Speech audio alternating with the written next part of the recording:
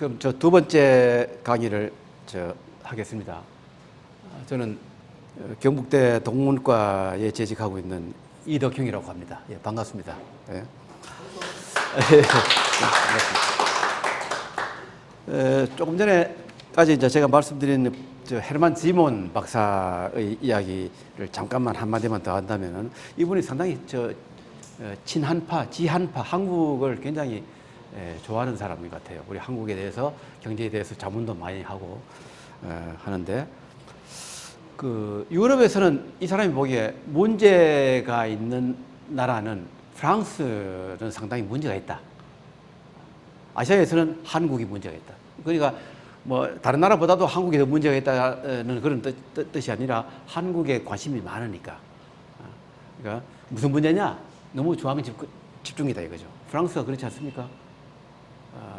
파리에 모든 것이 집중되어 있죠. 요즘 파리 마크롱 대통령이 파리는 상당히 지방 분산을 많이 시키고 있죠. 그러나 그것이 하루아침에 되는 것은 아마 힘들 겁니다. 우리나라도 역시 그 노력을, 보통 노력을 해서는 지방 그 분권이 제대로 작동하기가 좀 어려울 정도로 완전히 심화되어 있죠. 그 지방 그 서울 중심이. 그래서 이 사람이 한국 정부에 여러 경로로 이제 조언을 많이 했는데, 이 사람 말에 의하면 한국 정부에는 히든 챔피언을 키울, 강소기업을 키울 어떤 의지도 없고, 힘도 없고, 결정도 그런 의지가 뜻이 잘 안 보인다. 자, 이 사람이 주장하는 바를 우리가 뭐 너무 매달릴 필요는 없지만은, 역사를 쭉 이렇게 훑어보면은, 독일사를 보면, 현재와 같이 이렇게 이제 교차시켜서 보면은, 역시 중앙집중주의의 탈피, 그러니까 수도권 중심주의, 그 지방 분권이 이게 가장 큰 문제고, 두 번째 문제는 대학 교육, 교육 문제입니다. 교육 문제. 교육이 프랑스나 한국이나 너무 엘리트 교육에 치중되어 있다. 그 말씀이죠. 프랑스는 엘리트 교육이죠. 소위 그랑은 제꼴인가 하는 파리에 있는 고등사범 대학을 나와야만이 뭐 행세를 하고 수 있는 겁니다. 아주 엘리트죠. 물론 그 대학 나오면 전부 다 아주 서로 밀어주고 끌어주고 해가지고 엘리트 코스로 바로 밟습니다만, 그렇지 못한 대부분 많은 사람들은 좌절감을 느끼죠. 우리나라는 어떻습니까? 스카이 대학? 지금은 인서울대학과 아웃서울 대학 말은 없지만은 인서울이냐 아니냐, 그래서 완전히 지금 판별을 하는 거 아니겠습니까? 지방대학과 인서울대학의 차이, 이것이 이 사람이 보기에는 참 문제다. 그래서 이 두 개의 문제가 있는데, 그 중에서도 우리가 지금 오늘 이야기할 것은 지방분권, 중앙집중주의의 탈피, 수도권 중심주의의 탈피, 지방분권의 경우가 되겠는데요. 독일 경우에 이 지방분권 현황을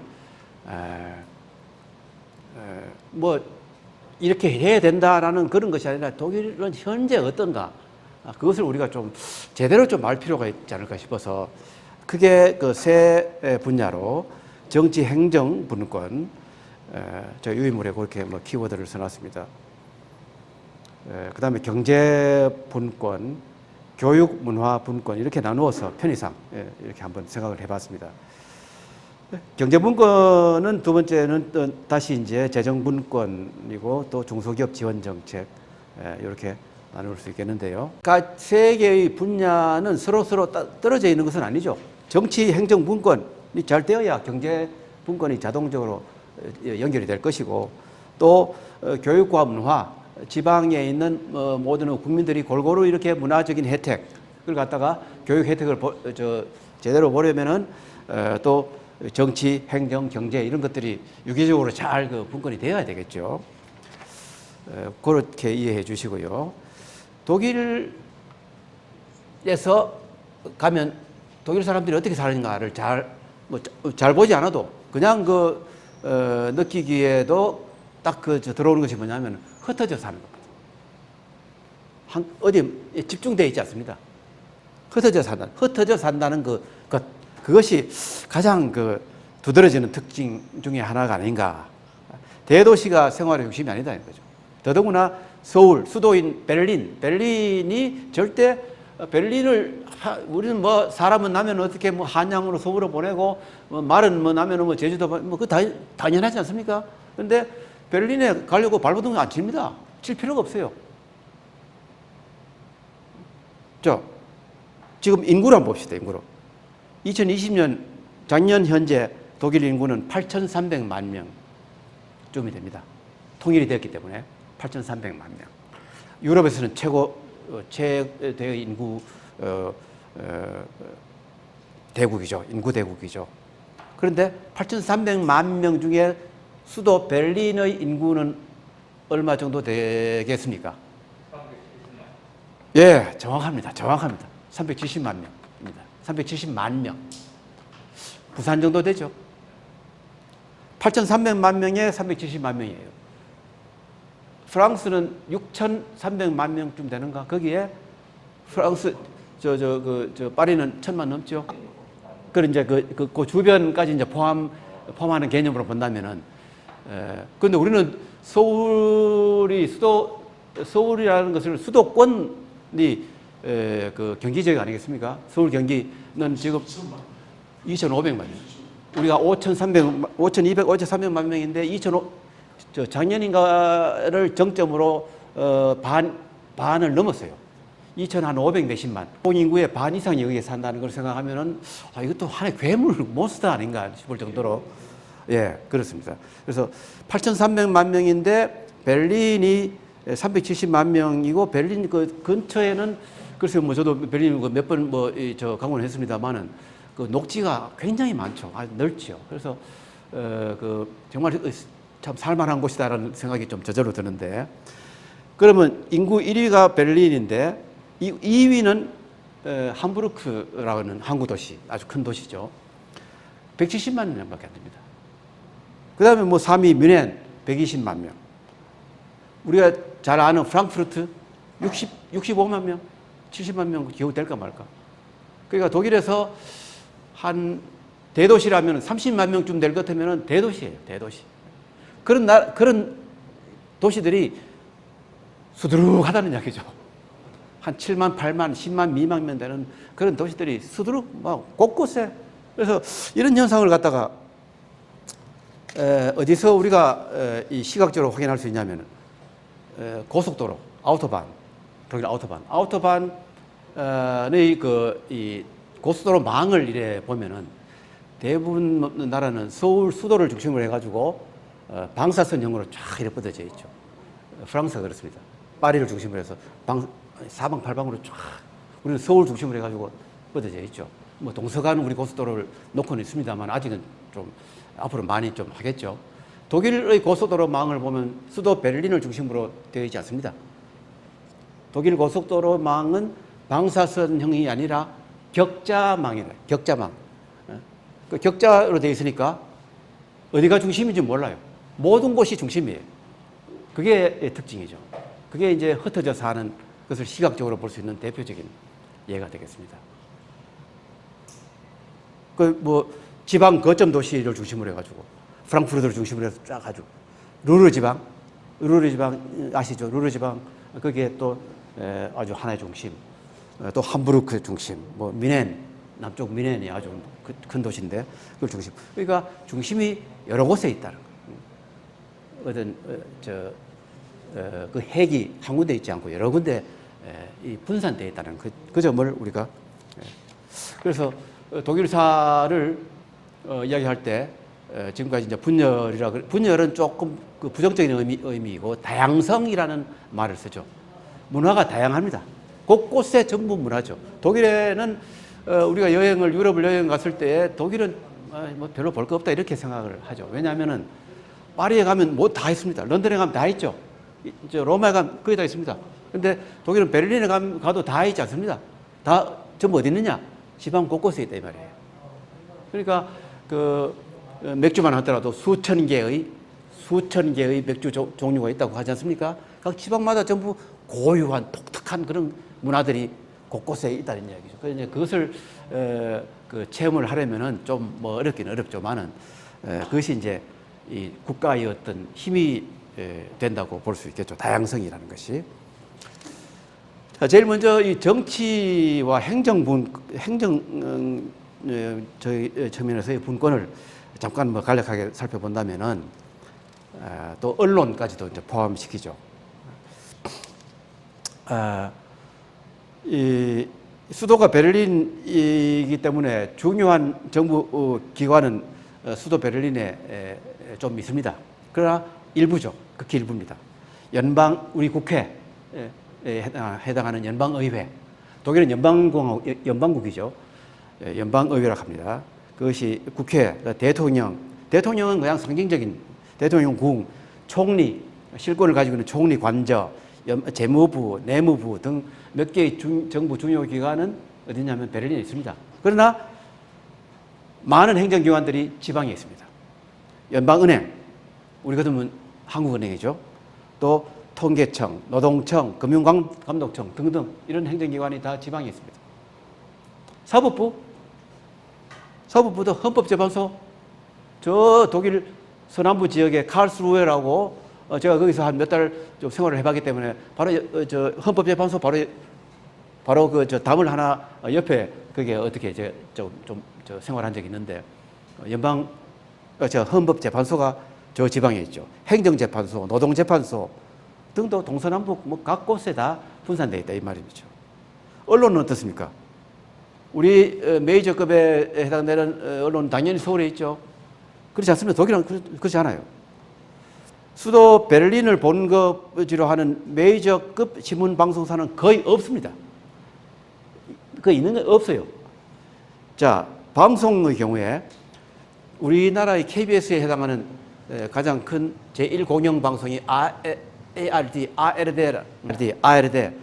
이 방송은 각 주, 우리 같으면 도죠. 각 주의 공영방송이 같이 연합한 네트워크, 그런 체제예요. 그 유일하게 베를린에 있는 ARD, 저것도 연합체제. 그것도. 그 외에, 독일의 아주 참, 방송, ZDF라고 아주 참 제2방송입니다만은, 이거 또, 그 다음에, 그 상업방송인 RTL, 이런 방송들은 전부 지방에 있습니다. 신문? 뭐 그렇습니다.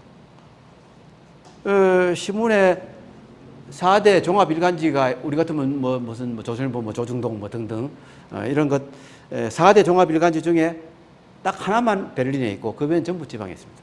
신문들 이름 있습니다만 그건 좀 생략하겠습니다. 그 다음에 경제신문 3대 경제지를 꼽는데 이 3대 경제지 모두 다가 지방에 본사를 두고 있습니다. 참 우리가 어떻게 그러니까 이게 옛날에 부정적인 의미에서 얼마나 분열이 되었는지 알 수 있겠죠. 그것이 지금은 힘이 되는 겁니다. 곳곳에 이런 것들이 자리를 잡고 있기 때문에 지방 경제가 살죠. 국가 경제가 살죠. 그렇게 되어 있습니다. 이렇게 이제 정치, 행정, 언론 이것이 그런 현황이고요. 경제 분권 중에서 좀 눈여겨보아야 될 것은 뭐냐면은 우리나라 코스피 지수가 있듯이 독일의 지수는 닥스 30이라고 저는 경제를 잘 모릅니다만은 닥스 30이라는 이 주가 지수가 독일의 대표적인 주가 지수는 닥스 30인데 30개 기업, 대표적인 기업이 여기에 들어가죠. 30개 기업 중에서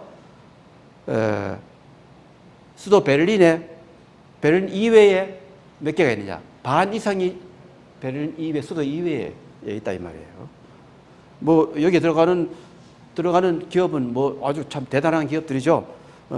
BMW, 독일 BMW, 시멘스, 또 도이체 방크, 우리 한국은행, 중앙은행 이런 것들이 뮌헨에 7개, 프랑크푸르트에 3개, 또 이 뒤셀도르프에 4개, 등등 해서 반 이상이 전부 이 지방에 있다는 것. 그 외에 아까 말씀드렸던 이 히든 챔피언, 강소 기업들 이건 당연히 지방 곳곳에 위치해 있죠. 그래서 이 독일 대학생들이 대학 진학률도 한 30%, 40%밖에 안 됩니다. 굳이 굳이 대학에 아까 그 교육 문제 이야기, 교육 문제는 따로 이야기해야 되겠습니다만은 한마디로 말씀드리면은 굳이 대학 가지 않습니다. 안 가도 마이스터 이 기술 교육을 아주 탄탄히 되기 때문에 대학 졸업자들 못지않게 또는 그 이상으로 대우를 받는 어떤 사회적인 콘센서스가 되어 있는 거죠. 대학 나왔냐 안 나왔냐 이게 안 따진다 이 말이에요. 그런 어떤 그 고급 인력들을 갖다가 이제 각 곳곳에 있는 이 기업들이 중소 강소기업 히든 챔피언들이 흡수를 하는 거죠. 그렇게 되어 있는 것이고 그 중소기업 이 경제 분권에 있어서 중소기업 지원 정책은 뭐 말씀드린 대로 이 중소기업 두 번째부터 먼저 제가 설명을 하겠습니다. 첫 번째는 재정 분권제인데 두 번째가 중소기업 지원 정책인데 독일에서의 중소기업 내지는 강소기업은 뭐 여러분 잘 알고 계시겠지만 상당히 역사와 전통을 자랑하고 있죠.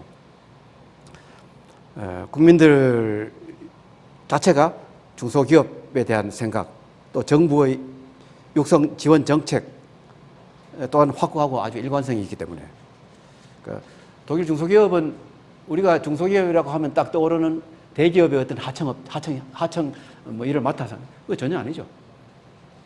중소기업이 없으면 대기업이 안 돌아갑니다. 자, 벤츠 자동차, 고급 자동차를 만들기 위해서는 그 밑에 있는 수많은 최고의 기술을 가진 중소기업, 강소기업, 히든 챔피언들이 최고의 초우량의 어떤 그 부속을 갖다가 이제 제공을 해야 그래서 아주 완성품이 나오는 거죠. 그런 식으로 되어 있다. 그러니까 이제 이 중소기업이 독일에서는 세계 특허를 숱하게 가지고 있고 기술 경쟁력을 아주 뛰어나다는 기술 그러니까 대기업보다 중소기업은 상당히 순발력이 있고 의사 결정이 좀 그 빨리 할 수 있는 그런 장점이 있기 때문에 기술 개발을 기술 특허를 중소기업이 훨씬 더 많이 가지고 있다. 그래서 히든 챔피언이 저 정도로 될 수 있는 거죠. 그 중소기업은 독일 경제에서는 수출의 견인차고 직업 훈련 또 고용 창출 이런 모든 기능을 중소기업이 다 맡아 하고 있다. 그 점을 또 우리가 그다음에 이거 어떤 지방 분권, 경제 분권 중에서도 정말로 이게 어떤 법적인 그 뒷받침을 해주는 것이 뭐냐면은 첫 번째 제가 써놓은 재정 분권제입니다. 재정 분권제. 재정 분권, 그래서 재정 그 균형 제도죠. 재정 균형. 재정 균형, 재정 분권제만 써놨네요.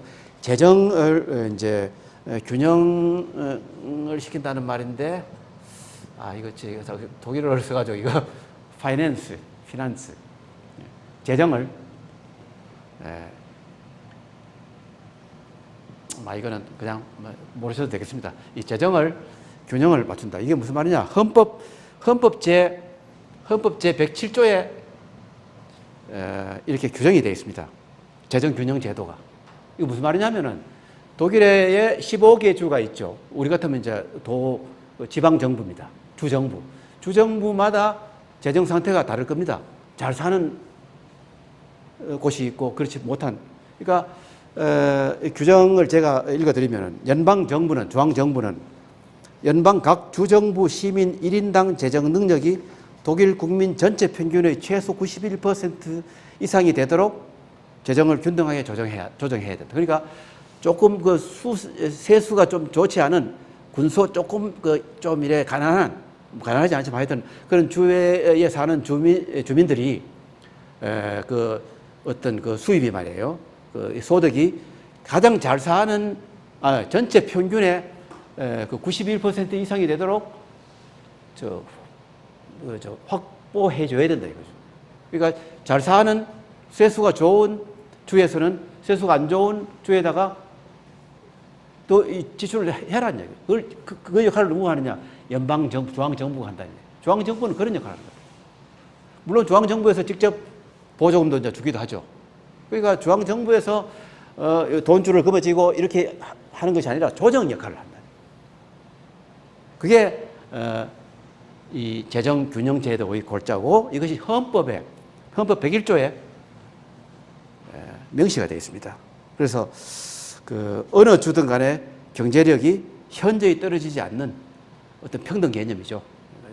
그 어느 정도 생활 수준이 확보되도록. 그래서 우리가 여행을 했을 때 독일에는 어디를 가든지 간에 상당한 그러니까 높은 수준에서 평준화되어 있다는 인상을 받는 이유가 바로 그런 배경이 있는 거죠. 그럼 교육 그 문화 분권에 대해서 교육에 대해서만 좀 설명을 좀 하고 잠깐 좀 중단하겠습니다.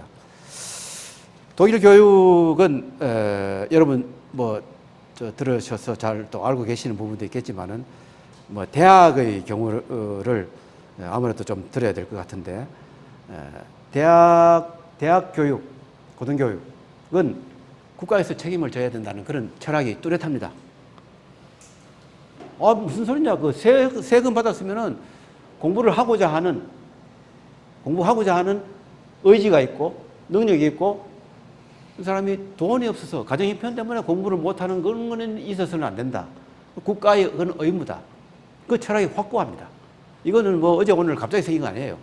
예를 들면 1810년대 19세기 초 같으면은 나폴레옹 시대입니다. 유럽에서는 나폴레옹이 전 유럽을 석권했죠. 독일도 나폴레옹의 침략이라고 독일 쪽에서 보면 그러니까 혁명, 그 프랑스 대혁명 이상을 갖다가 자유평등, 형제를 갖다가 막, 그러나 독일에서는, 상당히 독일은 보수적인 나라예요. 그것도 이제 좀 언급할 만한데, 이때에, 그, 독일 그 당시에 국왕이라고 하지만, 분열된 나라로서 이제 프로이센이라고 그러는데, 프레시아 국왕이 프리드리히 빌헬름 3세 아주 유명한 빌헬름 3세. 왕 이름이 좀 복잡해서. 근데 이 사람은 참, 독일의 어떤 전제군주 체제였지만 독일의 전제군주는 조금 특이한 점이 있죠. 소위 그 계몽전제군주라는 그런 단어를 혹시 들어보시는 건 모르겠습니다만은, 그냥 그 왕으로서 국민을 갖다가 백성을 지 짜고 아주 압제만 하는 것이 아니라 상당히 계몽적인 백성을 위해서 배려를 하고 이제 이런 정책을 쓴 왕들이 몇 명 있는데 그 중에 한 사람이 프리드리히 빌헬름 3세. 이 사람이 1810년 나폴레옹 시대 때 우리가 독일이 살 수 있는 것은 교육밖에 없다. 그래서 베를린의 훔볼트 대학이라고 베를린의 대표적인 대학이죠. 훔볼트 대학 설립을 명합니다. 사제, 그러니까 왕가의 재산을 다 도네이션하고 해가지고, 그러면서 어떤 원칙을 내걸으냐면은 정부는 재정 지원을 하되 간섭을 하지 않는다라는 원칙을 내겁니다. 이거 대단한 거죠. 그래서, 이런 네 원칙을, 이게 1810년대예요. 그때, 그 이후로 독일 대학은 학문의 자유를 거의 무한대로 누린다고 해도 과언이 아닐 정도로 과학 발전, 무진장, 19세기 말 되면은 노벨상의 반 가까이 3분의 1 이상을 갖다가 석권을 하는 그런 게 결실로 나타나는 거죠. 해서 독일 교육은 그 정부에서 특히 연방 정부에서 이래라 저래라 하지 않는다. 각 주정부에서 실질적으로 다 이제 시행을 하고 중앙 정부, 연방 정부의 그 교육부는 하나의 조정 역할을 할 뿐이다.